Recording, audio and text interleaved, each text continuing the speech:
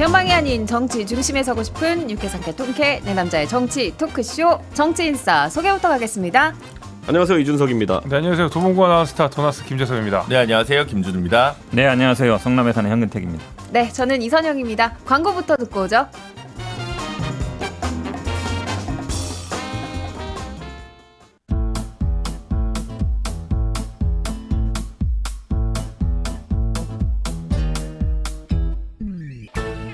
유쾌한 정치 토크쇼 정치인싸.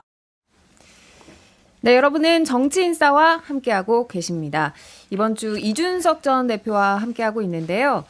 대구 출마설부터 좀 여쭤볼게요. 네. 어떻게 된 거예요? 뭐 모든 설이 다 있습니다. 지금 제주도 출마설도 지금 있고 그 네. 상대가 현근택이 될 수 있다는 얘기도 네, 나오고 있습니다. 시작부터 세게 나오네. 아니, 이 얘기가 그 토론회 때문에 나온 거거든요. 이현주 의원하고 11월 3일부터 부산을 시작으로 이제 토론회를 한다고. 부산은 그런데... 시작이로라기보다는 저는 그냥 부산에서 행사한다고 해서 한번 간다라고 얘기한 거고 이거 뭐 이현주 의원이랑 지금 뭐 여러 가지 행사를 할 수도 있겠지만은 전국 순회할 정도로 지금 전국이 그렇게 여유가 있지는 않습니다. 예, 그래가지고 전국 순회는 좀 거창한 표현이고요. 예. 예.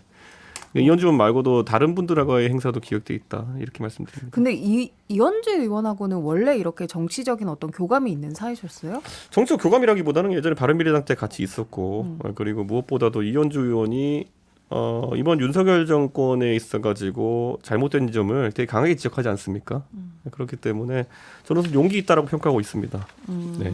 보통 많은 정치인들이 저랑 가까웠다가도 오히려 어떨 때는 보면은 권력을 쫓아가기도 하고 이현주 의원 정도면은 인지도도 있고 한 분인데 처음부터 용기 있게 이런 분들 지적했다는 점에서 우선 진정성이 있다 봅니다.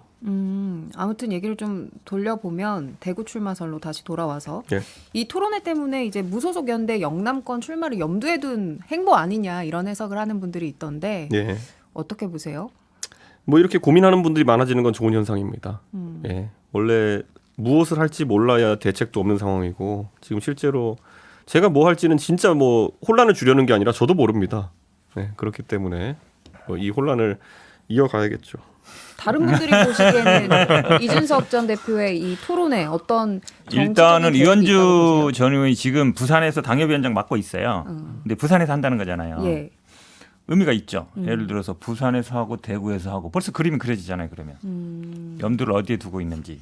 근데 좀 저는 좀 의아하게 생각한 게 그 전에 제가 보기에 큰 이렇게 교류는 없었던 걸로 알고 있어요. 이현주 의원하고요. 예. 예. 그러면 예를 들어서 뭐 천하람 손잡고 한다. 뭐 김재석 손잡고 한다. 그러면 사람들이 원래 친한 사람 하는구나. 그렇죠. 이해가 딱 되잖아요. 김재섭 위원장이 손을 잡을지는 좀 지켜봐야 돼요. 어쨌든 그런데 왜 저를 갖다 이현주 한다. 그러니까 이건 뭐지?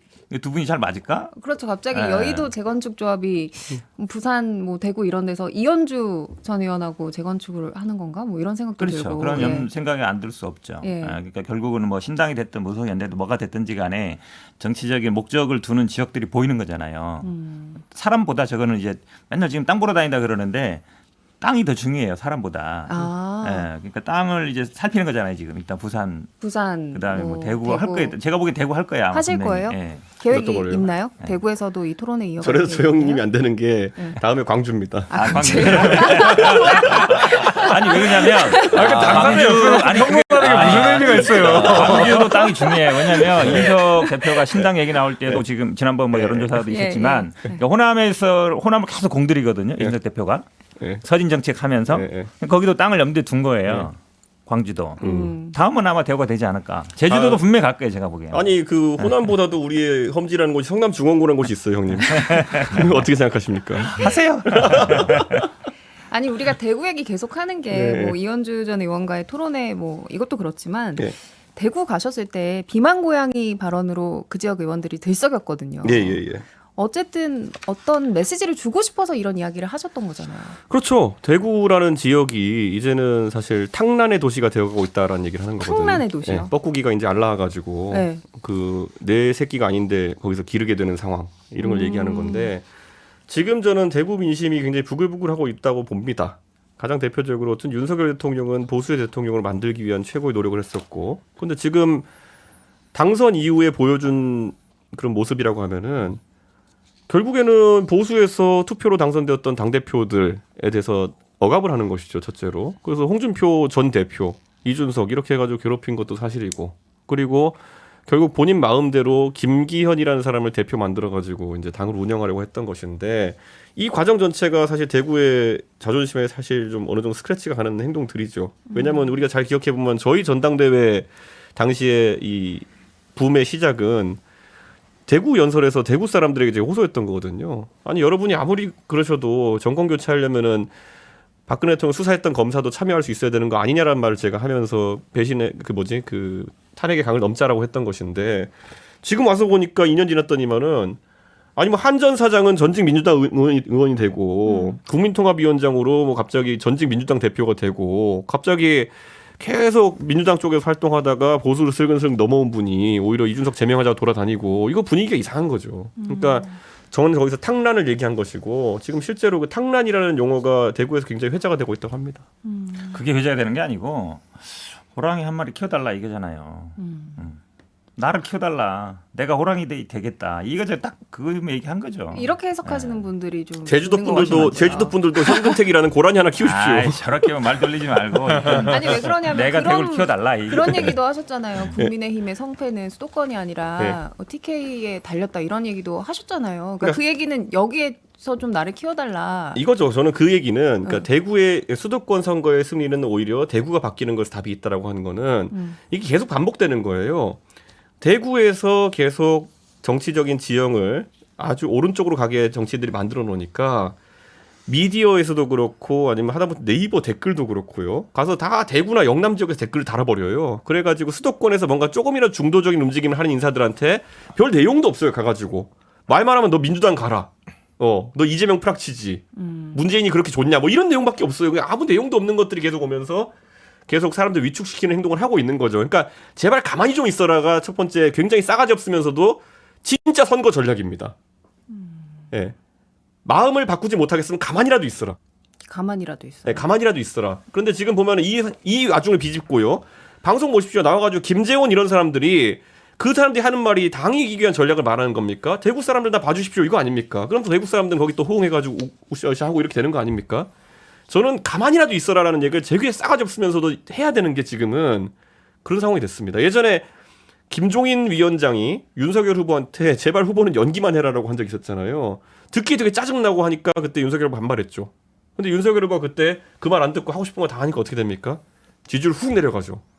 그러니까 저는 이게 뭔지를 좀 이제 이해할 때가 됐다 이렇게 생각이 듭니다. 말을 길게 하는데 결론은 이거예요. 내가 대구에 가서 당선되면 다음에 대선 도전할 거야.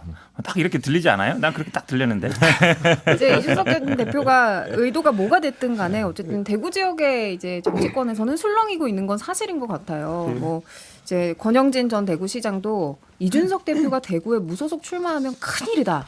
국민의힘은 절박함의 수렁에 더욱 빠질 수 있다라고 했거든요. 어쨌든 이제 본인의 발언들이 이렇게 파급력이 크잖아요. 네. 그래서 좀 말씀하실 때 조금 주의를 기울여야겠다 이런 생각이 들지는 않으시나요? 아주 주의 깊게 기획해서 낸 메시지입니다. 아. 네, 그렇기 때문에 제가 하는 행동 중에 우발적인 건 사실 많지 않습니다. 근데 사실은 뭐 저는 지난주에 우리 대표 방송 안 봤겠지만 뭐 꼭 대구여야 되냐 부산도 좋다 뭐 저는 이랬거든요. 예, 그러니까 예. 영남권 어디를 출마할 수 있을 것이다라고 저는 뭐 그걸 옵션에 두는 것 자체를 가지고 뭐 이렇다 저렇다 뭐 아직 결정된 거라고 생각하지는 않는데, 다만 아까 앞에 이선영 앵커가 뭐 무소속 연대 이런 얘기를 했는데 이 소위 뭐 신당설이 가짜든 진짜든 신당설이 구체화될 수 있으려면 사실은 수도권 선거에서 그게 큰 의미는 없기 때문에 영남에서 되게 세력을 많이 규합을 해야 사실은 이렇게, 그래서 영남에서 국민의힘이랑 일당 자리를 놓고 이렇게 붙을 수 있는 신당을 보수해서 만들어야 사실은 국회 의석에서 교섭단체 이상을 획득할 수 있는 거죠. 그러니까 뭐 사실 작업을 하려면 지금 영남을 돌면서 조금 뭐 주워먹기 이런 거 말고 이삭죽기 이런 거 말고 좀 신진기회를 발굴해가지고 뭐 영남에서 한번 붙어보는 그런 그림이 있어야만 사실은 이 소위 3당에서의 성공 가능성이 가능한 거 아닌가 이런 생각이 좀 들고,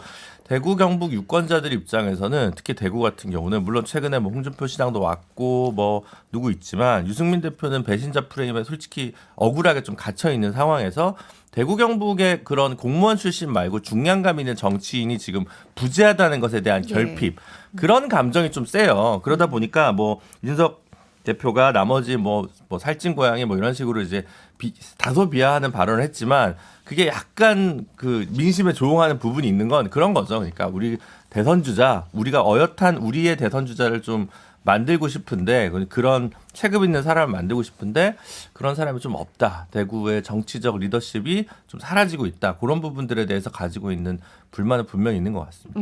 그래서 천하람 순천갑 당협위원장을 대구에서 추천하신 거예요? 제가 천하람 위원장한테 일부러 이거 미리 얘기한다는 거 얘기 안 했습니다. 아, 예. 모르고 있더라고요, 진짜. 네. 왜냐하면은 어차피 천하람 위원장은 지금까지 순천 나가겠다는 의지가 굉장히 강했으니까 그렇게 얘기했을 때 저는 순천에 나갈 거라는 얘기를 다시 한번 할 거라는 생각을 했고 그게 천하람 위원장한테 도움 가는 메시지를 생각했습니다. 오히려 모든 정치적 액션은 뭐랄까요? 신뢰를 가지고 가는 거지 상의하고 가면 이상하게 연기처럼 돼버립니다. 네. 근데 개인적으로 옆에 당사자도 계시고 네. 그런데 우리가 이준석 대표의 행보를 논평하는 게 굉장히 어색한 일이긴 하지만은 어쨌든 저는 노원구 아나운스타 노나스 이준석 대표가 갑자기 여기 계신 분들 다 영남 출마를 전제하시는 게 예. 전제 아니라 약간- 옵션이라고 그랬어요. 약간 좀 그렇긴 하지만 여러 가능성 그래도 중에 제가 하나. 예. 이준석 대표 계속 저는 대구 이야기, 그러니까 TK 이야기를 그러니까 그쪽의 민심을 흔들흔들하게 하는 이유는 저는 있다고 봅니다. 왜냐하면 그 호남도 마찬가지지만 그 여당의 지지율, 그러니까 민주당의 지지율이 떨어졌을 때 호남이 제일 많이 들썩이고 그때 진보 무소속들이 대거 당선되는 사례들이 종종 있거든요. 그러니까 국민의당도 마찬가지고 호남에 의외로 무소속 당선자들 많아요. 지방선거 때 진짜 많고 총선 때도 꽤 많거든요. 그게 왜 그러면 그 안에서도 오히려 민주당과 민주당 지지 못하는 진보 세력들 간의 그 갈등과 뭐 견제나 이런 것들이 있어서 무속이 튀어나올 수 있는 상황들이 연출이 돼요. 근데 저 이준석 대표가 지금 국민의힘 지지율이 계속 빠지고 있는 상황에서 TK 민심을 자꾸 이렇게 흔들게 되면 TK나 아니면 영남권 전체에 그 우파 무소속이 대거 당선될 가능성들이 굉장히 높아지는 상황이 발생할 거라고 생각합니다. 그래서 저는 TK 민심 달래는 게 아마 국민의힘과 정부 여당에서 요새 공을 들이는 이유는 그냥 단순히 지지율이 떨어져서가 아니라 그 무소속 연대에 대거 그 당선을 견제하기 위한 하나의 초석 같은 걸로 저는 봐요. 저도 네. 뭐 이 이준석 대표를 견제하기 위한. 네. 사실은 이제 부산 같은 경우에는 3자 대결이 됐을 때는 민주당이 될 때도 꽤 많아요. 예. 지금보다 늘어날 수도 있고. 그러면 이제 그 부담이 오롯이 돌아오거든요. 만약에 패했을 때. 근데 TK 같은 경우에는 민주당, 그러니까 3자 구도가 되더라도 해볼만 하다할 수도 있고 또 민주당이 안 될 수도 있고 민주당이 3등 될 수도 있고 물론 2등 하는 데도 있겠지만 당선될 수도 있겠지만 그런 면에서 보면 약간 부담감도 덜하죠. 왜냐하면 선거 패배에 대한 본인의 뭐 책임 뭐 이런 것도 있을 수 있어서 저는 뭐 이준석 대표는 분명 대구다. 그리고 본인도 뭐 어디 고향이 어디다 아버지 고향이 어디다 맨날 얘기하고 있으니까 대구에 딱 염두 두고 있는 거죠. 아니, 영순이는 노원 아니에요? 당연하죠. 당연히 그렇고 말만 그런 노나스. 거고. 제가 이거 한번 말씀드릴게요. 아니 노원에 노원에서 무슨 행사하는 걸 본 적이 없는데. 노원에 가두겠다는 뭐 정진석 의원의 이야기. 형 행사 다녀요? 아니 행사 다니는 게 아니라 무슨 뭐 이게 뭐 토론 뭐 기획을 하든 뭐 콘서트를 하든 뭐 청년들을 만나든 그런 그런 걸 민주당 감성의 그런 행사를 하고 다니니까 형님이 그 유세차직 못 올라간 거지.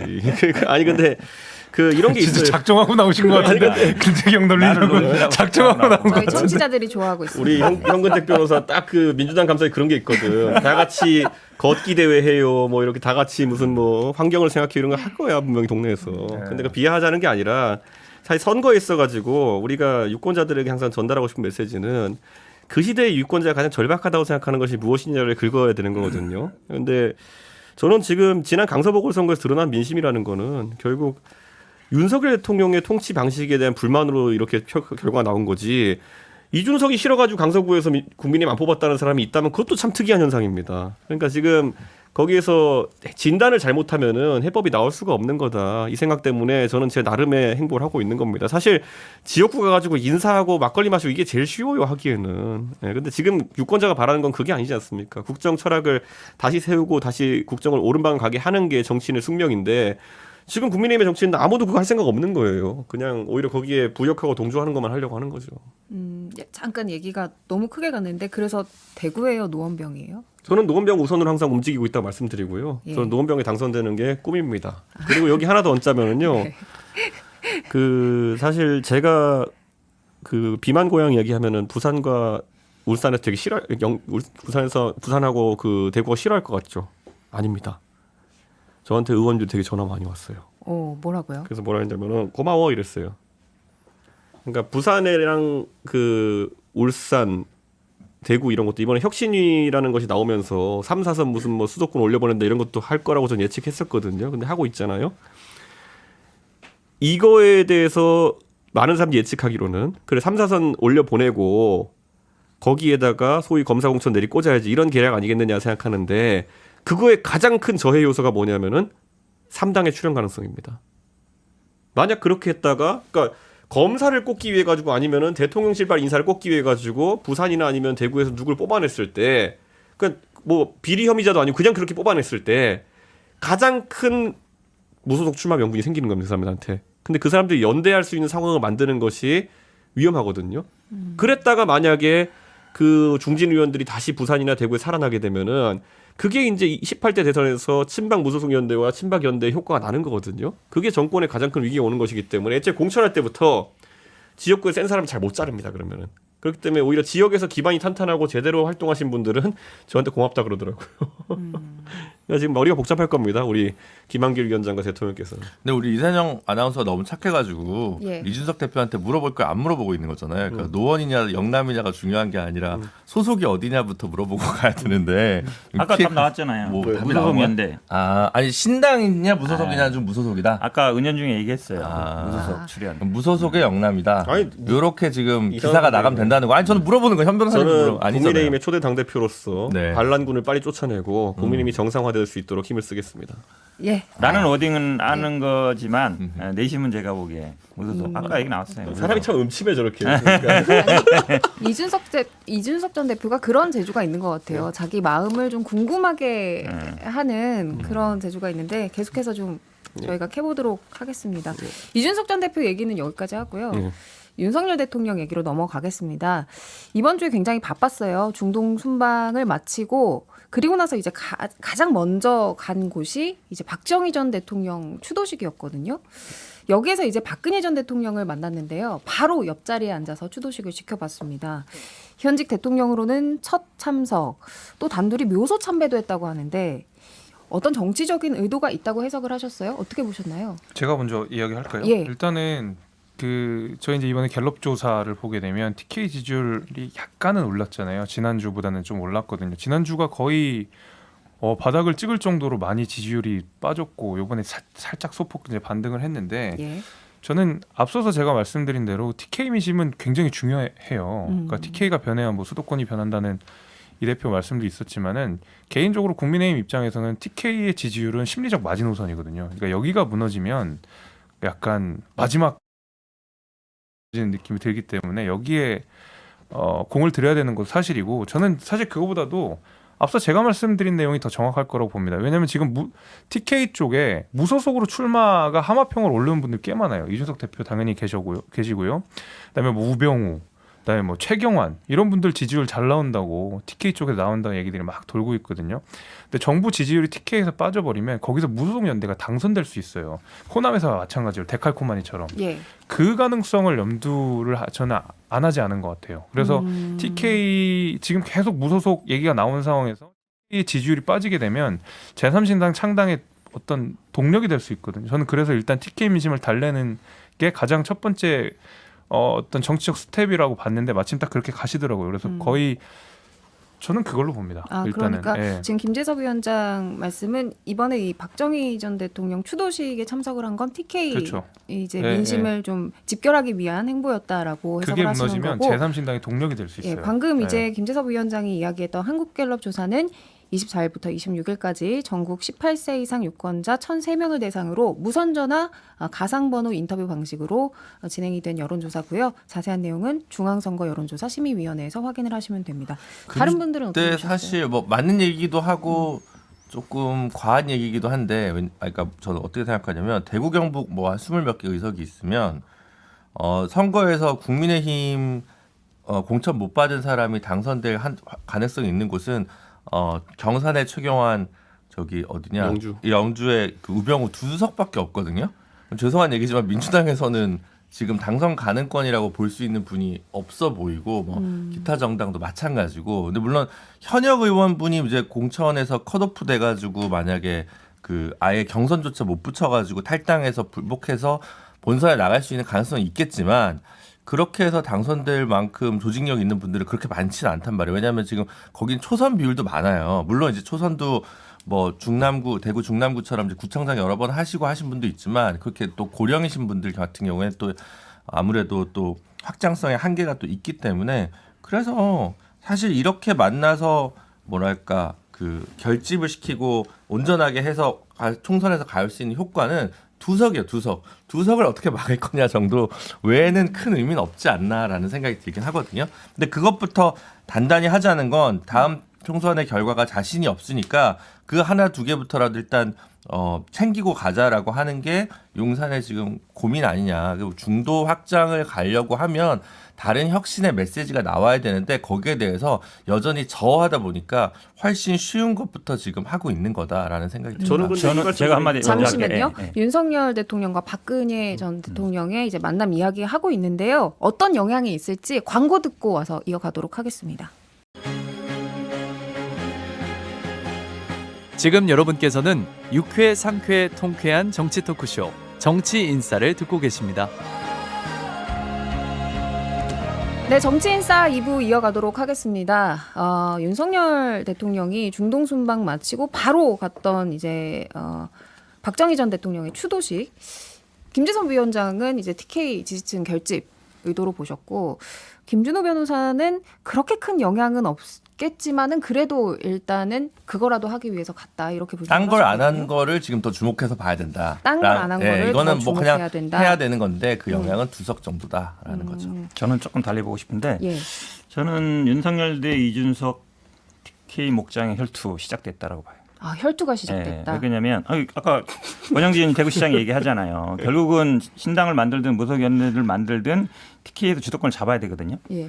근데 사실은 만약에 이준석 대표가 뭐 대구에 출마하든 아니면 그 사람들을 묶어가기 시작하면 결국은 대구 갖고 싸우는 거예요. 여기를 차지하는 사람이 어찌 보면 이 보수 그러니까 국민의힘 보수 정당의 어찌 보면 주도권을 잡아갈 수 있거든요. 그러니까 그 싸움이 저는 아마 이게 염두에 뒀다라고 봐요. 그러니까 여기서 만약에 지지율이 빠지거나 이러면은 이준석 대표가 전 대표가 어쨌든 대구의 영향을 키워갈 수 있다. 그럼 결국에는 이준석 전 대표를 그렇지 않으면 견제하는 왜냐하면 이해가 잘 안 가는 게 행보였다. 단순히 보수 결집하려고 박근혜 전 대통령을 만나고 추도식에 간다? 이까지 대통령이 간 적이 없거든요. 그리고 오자마자 오히려 뭐 다른 거 할 수도 있고 이런데 예. 좀 다급해 보인다. 아마 이거를 제안한 사람은 이준석을 아마 염두에 뒀을 가능성이 높아 보여요. 진짜 현 변호사님 너무 이 대표를 키워주는 거 아니에요? 근데 이거는 아니 왜냐면 저는 이런 거 있어요. 예를 들어 그 용산이나 지금 국민의힘 주류에서 바른미래당 출신이나 유승민 의원 그리고 이준석 대표랑 약간 뭔가 같이 움직였던 분들이 다시 확장되는 걸 원치 않기 때문에 강대식 의원을 대구 동구의 강대식 의원을 지명직 최고위원에 쓴다든가 유이동 의원을 정책위 의장으로 쓴다든가 이런 거는 그 맥락에서 이해하면 되는데 아니 이준석 대표를 견제하려고 지금 윤 대통령이 박근혜 전 대통령을 만난다 이거는 조금 과한 해석 아니냐라는 거죠 저는. 좀 저런 과하다. 과한 해석 환영합니다.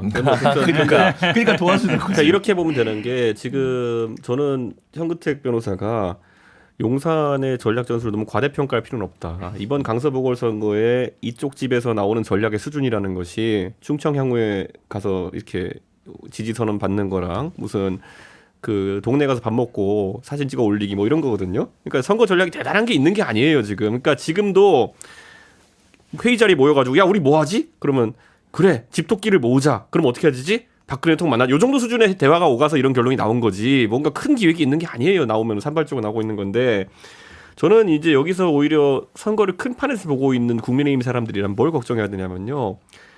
대구에서 만약에 대통령 지지율이 부정이 더 높게 나오는 상황이 이번에 한 번 그렇게 나왔다 다시 복귀된 거로 보이던데 부정이 계속 유지되면 어떤 일이 생기냐면요.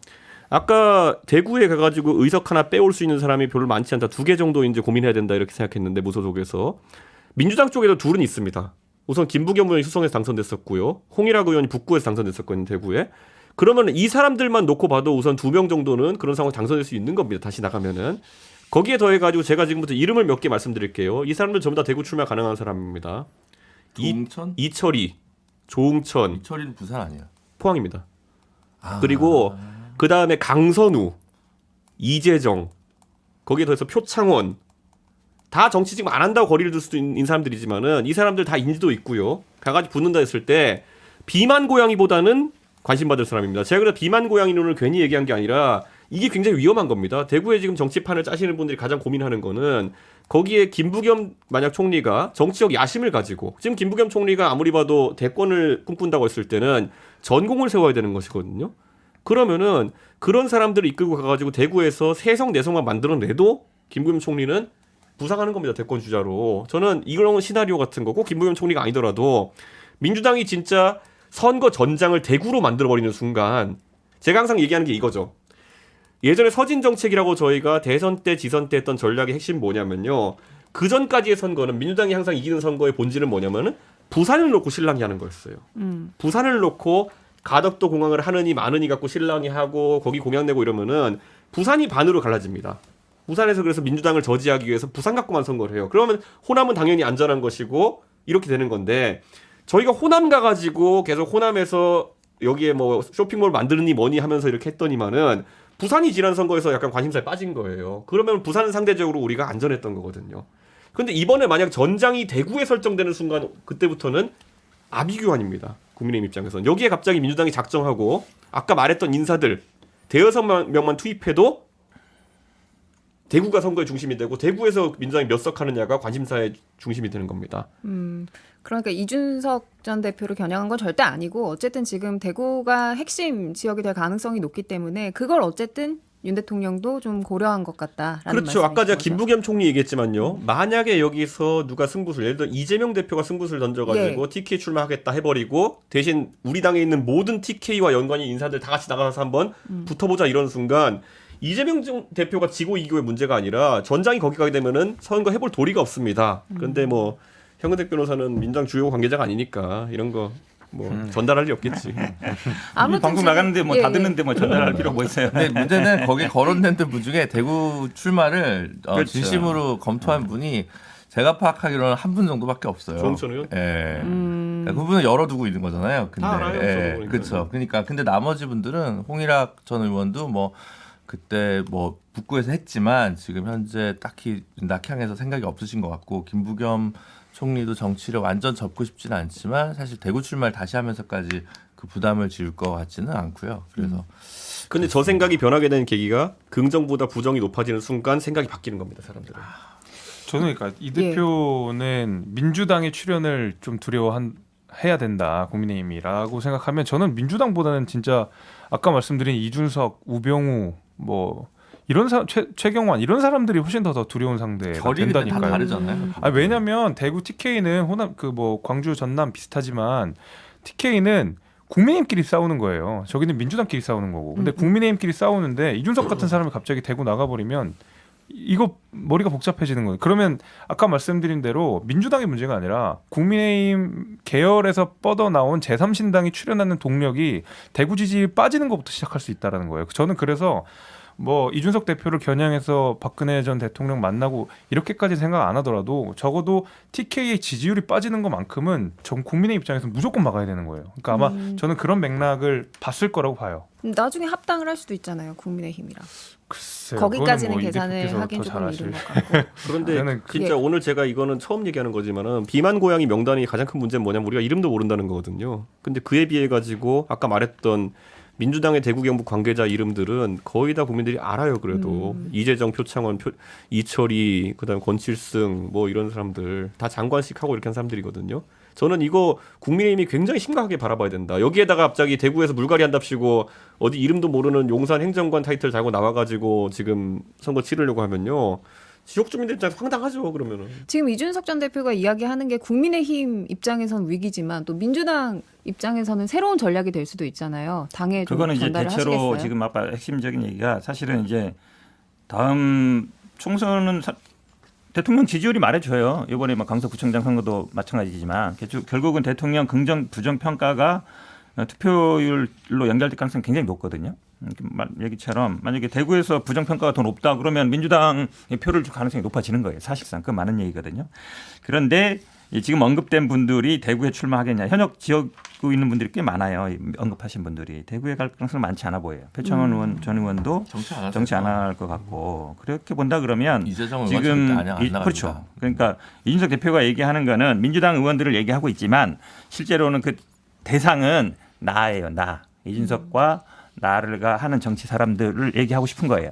그런데 이제 그렇게 얘기하면 너무 노골적이니까 이제 민주당 의원들 끼워서 얘기하는 거죠. 아니 될 것 같으면 흔들린다니까요. 지금 근태기 형한테 만약에 제주도 될 것 같으면요, 당장 제주도 가요. 지금 가가지고 따뜻한 고향 가서 귤 먹으면서 정치하지 왜 그거를 여기서 성남에서 하겠어요. 아니 근데 이제 여기서 시사하는 바 하나는 있죠. 이제 이재명 대표가 이제 구속영장 기각되고 나서 조금 포지션을 찾았지만 한 번 더 가려면 이번에 불출마를 할 거냐, 개항에 나갈 거냐, 성남으로 나갈 거냐, 아니면 TK로 나갈 거냐. 너무 옵션이 많은 이 거 선택지 중에 정해야 되는 거거든요. 그게 그 다음에 또 체급과 위상을 결정짓는 거예요. 그래서 그 부분에 관련해서 제일 사람들이 낮은 가능성으로 보는 게 이제 안동 출마죠.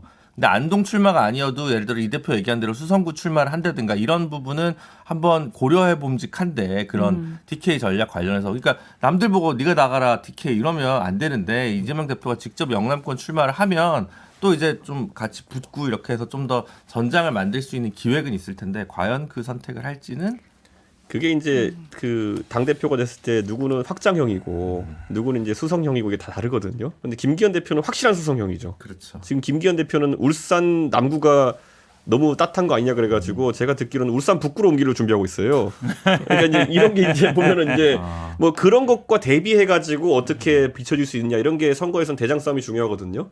그런데 지난번에 이재명 대표가 지방선거 할 때 저는 약간 아쉬웠던 게 제가 적장이라고 표현하겠지만 적장으로서 굉장히 좀 낮게 봤던 게 그 당시 이재명 대표가 분당 가서 붙었으면은 명분이 돼요. 근데 송영길 대표 빼내면서 개항 갔기 때문에 지방선거 판 전체가 약간 대장 싸움에서 흔들린 거예요. 그렇죠. 그러니까 저는 지금도 결국에는 국민들 입장에서는 공적인 목표, 그러니까 이재명 대표가 만약에 TK로 나간다 하면은 처음에 선언부터 저는 죽으러 갑니다가 돼야 되는 거예요. 어차피 대통령 하겠다 나선 사람 아닙니까? 지금 선수 쌓아가지고 상임위원장 하려면 8년 기다려야 돼요, 지금부터. 근데 그게 아닌 이상 대통령 되겠다 나선 사람이면은 죽으러 간다가 메시지가 되면은 센데 아마 안 할 겁니다. 예. 알겠습니다. 지금 이제 윤석열 대통령이 이제 박정희 전 대통령 추도식에 방문한 걸 두고 이제 총선까지 연결을 해서 TK를 둘러싼 어떤 전략인지 아닌지에 대해서 예측을 좀 해봤는데요. 사실 오늘이 이제 12구 참사 1주기이지 않습니까? 그래서 이게 좀 대비돼서 박정희 전 대통령의 추도식에는 참석을 하고 윤 대통령이 12구 참사 1주기 추모식엔 참석하지 않는다라는 이제 비판도 거세지고 있는 상황이에요. 이제 아직 추모식이 진행이 되지 않은 상황인데 이뇨한 혁신위원장과 이만희 사무총장은 참석을 한다고 밝힌 가운데 윤 대통령의 참석 가능성도 있습니까? 하셔야 된다고 봅니다. 저는 하시는 게 좋다고 생각합니다. 안 하실 것 같다는 말이에요. 안 할 것 같다는 네, 거죠. 이건 제가 모르니까 분위기를 모르지만 가는 게 좋다고 생각합니다. 그 뭐 많이들 가실 것 같은데 어쨌든 뭐 정치 집회라서 개인 자격으로 가는 거다라고 굳이 이뇨한 위원장이나 이런 예, 분들 이런 예. 얘기를 했을까 싶고 네, 예. 어쨌든 이분들이라도 가는 건 저는 또 의미는 그 의미대로 있다고 생각합니다. 오히려 이제 이뇨한 혁신위원장이 등장하면서 이걸 가겠다고 하니까 처음에 이걸 가겠다고 했던 유이동 정책위원장이 좀 약간 가린 그 느낌이 있어서 예. 제가 또 이런 디테일 좋아하지 않습니까? 그래서 어쨌든 국민의힘에서 일부 이 정치인들 책임 있는 당직자들이 어느 정도 가는 게 저는 의미는 있다고 보고요. 다만 이제 그런 게 보이는 거죠. 두 가지인데 그럼 왜 이만희 사무총장까지는 가고 윤재혁 원내대표까지는 안 갔을까? 그러니까 어느 선에서 이뇨한 위원장이 강하게 당을 푸시했을 거 아니에요. 가야 된다. 나만 가면 안 된다라고 했을 때 사무총장직 정도에서 정리가 된 거 아닌가라는 생각이 좀 들고 사실 이분도 뭐 그 당시 참사 당시에 뭐 이만 의원도 무슨 뭐 이상한 음모설 이런 거 제기하고 이랬었기 때문에 사실은 네. 과거가 좋지는 않은데 그런 부분 좀 적절히 사과하시고 잘 참석하셨으면 좋겠고 그리고 만약에 이게 이뇨한 위원장이 당대표나 원내대표까지 참석하라고 요구를 했는데 당대표나 원내대표가 용산의 눈치를 봐서 이게 지금 그런 거라면 결국은 윤 대통령이 허락한 혁신만 가능하고 당을 위한 혁신은 안 된다라는 그 어떤 가이드라인이 될 가능성이 크다. 그 점을 좀 뭐 지금 당장 단정할 필요는 없겠지만 저는 그 부분을 좀 지켜보고 있습니다. 지금 말씀하신 것처럼 이뇨한 혁신위원장이 굳이 개인 자격으로 간다라고 이제 이야기를 한 게 대통령실과 좀 선을 그은 거 아니냐라고 해석하는 이제 시선들이 있거든요. 아니 이뇨한 위원장님이 만약에 혁신위원장이 안 됐으면 이거 언론에서 다룰까요? 안 다룰 거 아니에요. 그러니까 이제 개인 자격이라는 자체는 말이 안 되는 얘기고 그런 얘기 자꾸 할수록 당이나 용산에서는 가지 말라는구나, 가기 싫어하는구나 이렇게 보일 거예요. 그러니까 개인 자격으로 간다는 말은 윤석열 대통령은 안 간다는 말이랑 같은 얘기거든요. 제가 보기에는. 그러면 결국은 지금 강서구청장 선거 후에 뭐 달라지겠다, 혁신하겠다, 뭐 국민이 옳다 이러는데 뭐가 달라졌느냐라고 생각 안 할 수가 없어요. 지금 뭐 민주당 야당이 주최하니까 그런데 주최 안 하겠다라고 하고 있잖아요. 그럼 결국은 여기에서 가서 중요한 부분은 어쨌든 159분이나 되는 분들이 서울 한복판에서 이렇게 돌아가셨는데 그 부모님들 그 아픔을 치유해주는 자리예요. 거기는 뭐 정당이고 뭐고 자기 중요한 게 아니거든요. 그것만 집중을 하면 돼요. 거기에 누가 오는지 이런 게 중요한 게 아니라 그러니까 결국은 그 유가족 분들과 그분을 위로하기 위해서 가는 것이지 다른 이유는 하나도 생각할 필요 없어요. 근데 거기에 왜 뭐 정치 집회고 이런 얘기를 할 필요가 뭐 있어요? 그러면은 박정희 전 대통령 집회 그 추모식은 정치 집회 아니에요? 제가 보기엔 거기서 나온 발언들이 더 세요. 네. 거기 뭐 문재인 대통령 엄청 공격하고 이랬잖아요. 그런 거는 정치 집회가 아니고 이거는 정치 집회예요. 말이 안 되는 이번에 얘기예요. 불참하는 이유로 이 12구 참사 추모식이 정치적인 이제 성격이 있어서 안 가겠다라고 밝혔잖아요. 그러니까 저는 그거는 뭐 좋은 명분은 아니라고 보고 이거예요. 저는 정부 여당이 이태원 참사, 12구 참사에 대해서 뭐 정치적인 법적인 책임이 있다. 그럼 무거운 마음으로 가는 게 맞는 거고요. 만약에 없다라고 주장해서 없으면 그거보다는 조금 더 가벼운 마음으로 가면 돼요. 그러니까 어떤 방식이든 결론은 가는 거예요. 정치적 책임이 있든 없든지 간에. 저는 이것이 오히려 정치적 집회이기 때문에 정치적인 이유이기 때문에 못 간다라는 것은 뭐 제가 국민의힘 소속이지만 그렇게 납득되는 명분은 아닙니다. 이게 다 자업자득인 게요. 이렇게 보시면 돼요. 원래 대통령이 가는 행사가 있고 안 가는 행사가 있습니다. 그래서 보통 대통령급 행사, 총리급 행사 이렇게 이름 붙이는데 대통령급 행사의 개념이 무너진 게 뭐냐면 자유총연맹 가서 그래요. 자유총연맹 가는 순간 나는 어디든 갈 수 있다. 그런데 우리 쪽이 하는 데만 간다 이렇게 된 거예요. 그래서 지금 이제 문제가 된 거고 누가 주최인지 자꾸 따지는 거는 진짜 자신감이 없다는 생각이 드는 게 제가 딴 데서도 얘기했지만은 영화에 보면 이게 나옵니다. 요즘 시간이 많으니까 제가 영화를 많이 보는데 그 에어포스 원이라는 영화 보면은 미국 대통령이 비행기 뺏겨가지고 다시 찾은 다음에 수송기에 올라타니까 수송기 그 지휘하는 그 기장이 이렇게 얘기해요. 대통령이 이제 탔으니까 우리가 에어포스 원이다 이렇게 얘기해요. 그게 정상적인 사고거든요. 그러니까 대통령이 가가지고 그 행사에 참여하는 순간 대통령 행사로 격상이 되는 거예요. 그렇게 하면은 의전도 보세요. 대통령이 뭐 그 행사에 지금 누가 주최했던지 갔을 때 맨 앞자리 안 앉히겠습니까? 대통령을 뒷줄 앉히겠습니까? 대통령한테 마이크 안 줄 겁니까? 뭐 어떻게 할 겁니까? 대통령 홀대할 겁니까? 아니거든요. 당연히 대통령이 최우선으로 가가지고 발언하고 대접받고 그리고 대통령의 메시지에 사람이 주목하기 때문에 어딜 가도 대통령 행사가 되는 겁니다. 근데 그거에 대해 가지고 지금 누가 주최했으니 안 되고 이런 거 아니 대통령이 가신 무수한 행사를 보세요. 새만금도 가고 뭐 그 잼버리 한다고 가고 뭐 자유총연맹도 가고 다 갈 때는 그런 거 없었잖아요. 지금 와서 따지면 안 됩니다 그런 거. 알겠습니다. 이상민 이제 장관의 참석 여부도 좀 관심을 끌고 있는데 뭐 유족들과 만날 의사는 있다 이렇게 밝힌 걸로 알고 있거든요. 오늘 참석 행사는 여부에 대해서 들은 오늘 거는 게 안 가고 있나요? 내일 있는 국회 행안위 뭐 주간 행사인가 거기만 이상민 장관은 참석하겠다는 거 아니에요. 그래서 뭐 저는 글쎄요 이분 자체가 비록 그 탄핵 부분은 기각이 됐지만 그냥 계속 그 자리에 있는 것 자체가 그러니까 이런 자리도 안 가질 거면 그냥 차라리 물러나는 게 국민 그토록 외치는 국민 대통합 차원에서도 더 나은 선택 아닌가 싶고 그냥 이상민 장관이 계속 그 직에 있는 것 자체가 그렇게 적절하지 않은 것 같습니다. 오히려 만약에 이런 이태원 참사 같은 거라도 참석해야 된다는 게 이뇨한 혁신위원장의 선택이라면 윤 정부의 선택도 이상민 장관 정도는 물러나 주는 게 필요한 선택이 아닌가 싶어요. 저 간악한 정의당이 선거를 앞두고 청문회를 하나 만들어 보려는 생각 때문에 그러고 있다라고 누군가 생각할 겁니다. 아 저런. 그거 말고도 국민의힘 용산에서 지금 닥쳐야 될 청문회가 많아서 네. 헌재소장이나 대법원장 새로 후보나 그리고 여성가족부 장관이나 이런 자리들이 있어가지고 아마 그 기간 동안도 아마 국민의힘은 간단치 않을 거예요. 놀랍게도 3주째 여성부 장관은 소식이 없습니다. 그러니까요. 네. 이런 가운데 이제 국민의힘 소속 김선영 용산구 의원이 탈당을 하고 민주당으로 가겠다고 선언을 해서 주목을 받았는데요. 그러니까 구속된 박희영 구청장에 대해서 탄원서를 강요당했다 이렇게 얘기했거든요. 그 지역구 구의원이잖아요. 예. 지역구 구의원이 직접 그런 얘기를 밝히면서 지금 어쨌든 뭐 김영호 서울시당 위원장이 아마 이제 기자회견을 섭외한 것 같아요. 왜냐하면 현역 의원이 있어야 되니까 민주당 뭐 입당을 염두에 당연히 둔 것 같고 또 이분이 뭐 지역에서 정치인이라면 또 출마를 염두에 둘 수도 있는 거잖아요. 그러니까 용산에서의 문제 해결이 안 된 것이 결국은 정치적으로도 영향을 미치는 거죠. 해결 안 된. 그다음에 이제 권영세 장관 지역구인데 지난번 총선에서 아슬아슬하게 이겼거든요. 0.6% 한 1000표 차이가 안 났어요. 그러니까 강남 3구 빼고 국민의힘이 유일하게 이긴 데가 용산이에요.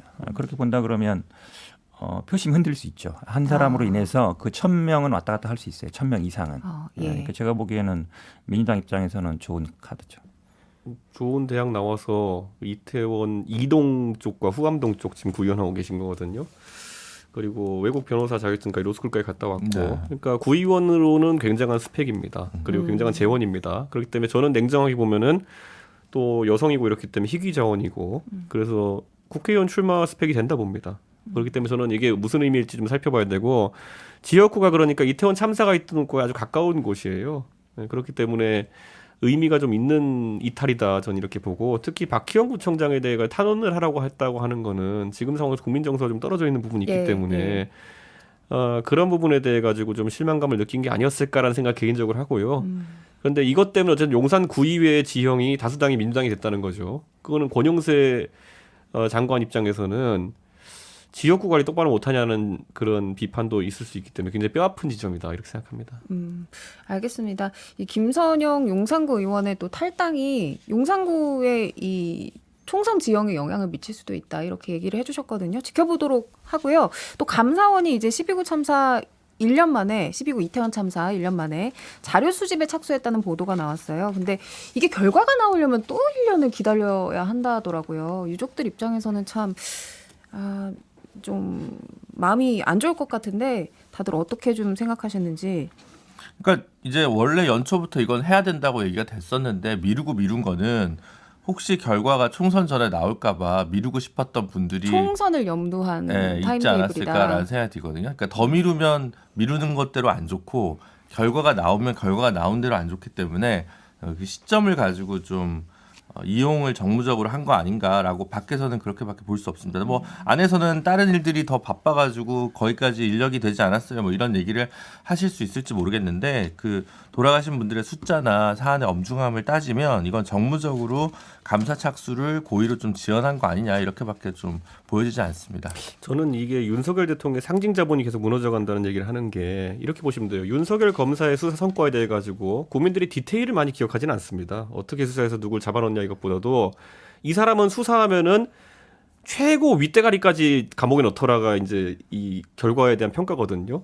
대통령, 대법원장 이런 사람들이 계속 이제 재판하고 이렇게 하는 걸 많이 봤기 때문에 항상 어떤 일이 있으면 지휘 관리 책임까지 다 물어가지고 맨 위에까지 올린다라는 인식이 있었기 때문에 화끈하게 수사하네 이런 거였는데 지금 보면은요 그 최상병 건도 그렇고요 보면은 그 일선 지휘관 위에 이제 사단장이 이런 데 올라가는 걸 막아야 된다라는 취지 때문에 이런 일도 일어나는 것 같고 그다음에 이태원 같은 경우에도 보면은 결국에는 지휘 책임이 있는 사람들에게 닥치지 않게 하기 위해 가지고 이런 감사나 이런 거 늦어지는 게 아니냐 이런 지적이 있는 것이고 결국에는 정권 잡기 전에 윤석열 스타 검사의 모습과 윤석열 대통령이 이끄는 정부의 모습이 너무 다르지 않느냐는 지적이 계속 나오는 거예요. 그래서 저는 이런 것들이 자꾸 지연되고 이렇게 돌림노래처럼 1년이 지나서까지 아직까지 시작이 안 되는 거는 상징 자본에 있어서 굉장한 손실을 가져오고 있다. 이런 생각을 좀 들게 돼 있습니다. 이미 다 순실된 거 아니었어요? 저는 그렇게 봤어요. 저런 굳이. 간악한 정의당의 무리가 또 대통령을 또 모함하기 위해서 알겠습니다. 뭐 감사는 저는 뭐 결과는 뻔할 거라고 봐요. 아마 음. 시간 끌다가 뭐 제대로 예. 안 할 텐데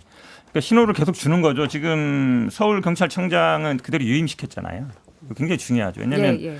결국은 용산청장이나 아니 용산 뭐 경찰서장이나 용산 뭐 파출소장이나 아니면 용산 예를 들어서 뭐 소방사나 이런 사람들만 이제 처벌하고 그 위에 또 지도에 있는 서울청장이라든지 뭐 서울시장이라든지 장관 이분들한테 책임 전혀 안 묻고 있거든요. 지금 이준석 대표가 얘기한 것처럼 그럼 모든 국민들이 아니 더 권한만큼 책임지는 게 기본인데 왜 밑에 그냥 사람들만 책임지고 위로 책임을 안 묻냐. 그런데 그런 청장을 다시 유임시키는 경우 잘 많지 않거든요. 그럼 오히려 이 유가족이나 이런 분들이 보기에는 책임져야 될 사람이 또 하고 있네. 그럼 잘 마무리해봐 이 수사를. 아니면 이런 시그널을 이미 주는 거예요. 그럼 감사원도 뻔하죠. 뭐 제가 보기 하나 많아요. 알겠습니다. 12구 참사 1년 만에 감사에 착수했다는 이야기까지 해봤고요. 다시 한번 저희 정치인사도 돌아가신 분들의 명복을 빌겠습니다. 자, 이재명 대표의 당무 복귀 소식도 좀 잠깐 다뤄야 될 것 같아요. 이제 가장 주목을 받는 건 아무래도 이제 지명직 최고위원회 친명계 인사인 박정현 전 대덕구청장을 인선했다. 이건 것 같은데요. 여러 가지 의견이 있을 수 있을 것 같거든요. 현 변호사님부터 좀 이야기해 주실까요? 우리 당 얘기해서 나중에 얘기하는 게 맞는 것 같긴 한데. 그래요? 그러면 네. 마지막이에요. 아니 근데 이제 지명직 최고위원이 이렇게 뭐 조명을 많이 받는 경우 많지 않아요. 지명직이라는 건 아시겠지만 이제 배려 차원에서 하거든요. 예를 들어서 나머지들은 그냥 나와서 출마해서 되는 분들이고 안 되면 예를 들어서 뭐 지역이라든지 아니면 뭐 여성이라든지 아니면 장애인이라든지 노동이라든지 그런 식으로 가는 건데 이걸 마치 막 무슨 뭐 비명계 쫓아내기다 막 이렇게 비판하시는 게 저는 이해가 잘 안 가요. 왜냐하면 보통 그럼 그분들이 나와가지고 최고위원 되면 되잖아요. 출마해가지고 당원이라든지 국민들 지지를 받아서. 근데 뭐 지명직 이거 임명하는 건 어찌 보면 당대표 권한인데 이걸 가지고 막 왈가왈부하는 것 자체가 그러니까 지금도 이재명 대표가 말씀하신 이제 대로. 통합을 이야기했기 때문에 네, 근데 이제 비명계 의원을 한 명 추천할 수도 있지 않았냐라는 아유, 의견이 나오는 거죠. 변 변호사님 말씀하신 대로 배려 차원에서 최고위원 지명직을 임명하는데 근데 배려하지 않겠다라는 의미잖아요. 비명계들 대상으로. 제가 지난주에서도 비슷한 얘기 한 것 같은데 이재명 대표가 절대로 그 비명계 인사들을 품는 액션을 안 할 거라고 제가 말씀드렸던 것 같아요. 근데 뭐 뻔하잖아요. 이미 그 친명 비명 뭐 수박 논쟁 이런 거 이재명 대표가 집에 불 지른 거예요. 그 불 지른 거 불이 막 헐헐 타고 있는데 이재명 대표는 늘 그냥 양동이에 물 하나 부어놓고서는 이거 봐라 나는 통합과 화합을 외쳤다 이렇게 계속 하고 있는 상황이거든요. 그 가운데서 뭐 친명계 대표적인 뭐 정청래 의원 이런 분들이 계속 차도살인하고 있는 거고 가결파 대상으로. 그러니까 당연히 저는 주요 요직이라든지 의사결정권 내지는 이제 공천권 관련된 당직에는 이재명 대표가 절대로 비명계에게 뭐 그 양보 안 할 거라고 생각했습니다. 근데 그대로 가잖아요. 그래서 이재명 대표는 여전히 이 불타오르는 민주당 집안에 그냥 양동이 물 한 스푼 부어놨다. 뭐 이 정도? 그러니까 이제 이거를 그 김민석 의원이 원내대표 나가면서 정책위의장을 던지는 바람에 이계호 의원이 이제 정책위의장 했는데 이분은 대표적인 친낙계 이낙연 총리계고 예. 그런 걸 보면 이제 이재명 대표 측에서는 여러 가지를 안배했다. 통합의 의지는 보였다. 네, 이거를 꼭 요 송갑석 의원이 이제 비명계고 호남이었는데 그거보다 이제 그거 던진 자리에 박정현 전 대덕구청장을 선임한 건 충청권이고 여성이고 이렇게 해서 한 거고 나는 대신에 정책위 의장인 이계호 의원을 넣었으니 내가 통합을 저해하는 행보를 한 건 아니다. 요 정도로 이제 얘기를 하겠죠. 근데 만약에 좀 더 대통합의 신호를 보였으려고 하면 과감하게 예를 들어 그 충청권의 뭐 다른 의원을 비명계 의원 그게 무슨 뭐 심지어 뭐 김종민 의원이 됐든 뭐 조승래 의원이 됐든 누가 됐든 이런 분을 그냥 딱 넣었으면 진짜 이재명 대표가 대통합의 길로 가는구나라고 얘기를 했을 텐데 지금은 어중간하구나로 읽히는 그런 뭐 인사를 했다고 저는 보여집니다. 조금 더 확실한 시그널이 될 수도 있었는데 그런 기회가 될 수도 있었는데 아쉽다. 이렇게 네. 정리를 해주셨고요. 이준석 전 대표는요? 저는 이분 모릅니다. 예. 근데 아까 말했던 것처럼 여성이나 아니면은 또 충청 출신 배려한다는 의미가 확실히 있는 것 같고 지금 상황에서 비명계를 찾아가지고 당직에 임명하는 게 쉽지는 않을 겁니다. 왜냐하면 비명계 입장에서는 지금 오히려 본인들한테 준다 하더라도 본인들이 묶이는 효과가 있는 거거든요. 그러니까 지명직 최고위원회 들어가면 예를 들어 비명계 지금 탈당설도 나오고 있고 이런데 뭔가 자신들과 같은 처지에 있다고 생각하는 사람들이 행동하게 됐을 때 움직이지 못합니다. 혼자. 약간 미운 오리 새끼처럼 가만히 앉아 있어야 되는 거기 때문에 정작 비명계에게 지금 이걸 준다 하더라도 받지도 않았을 것이다. 저는 최근에 혁신위 임명하면서 아무도 안 받았던 거랑 약간 비슷한 상황이다. 전 그렇게 보기 때문에 이건 이재명 대표 탓이라기보다는 각자 다른 꿍꿍이가 있기 때문에 서로 이렇게 하고 있는 거다 이렇게 봅니다. 알겠습니다. 여기까지 듣고 광고 듣고 오죠.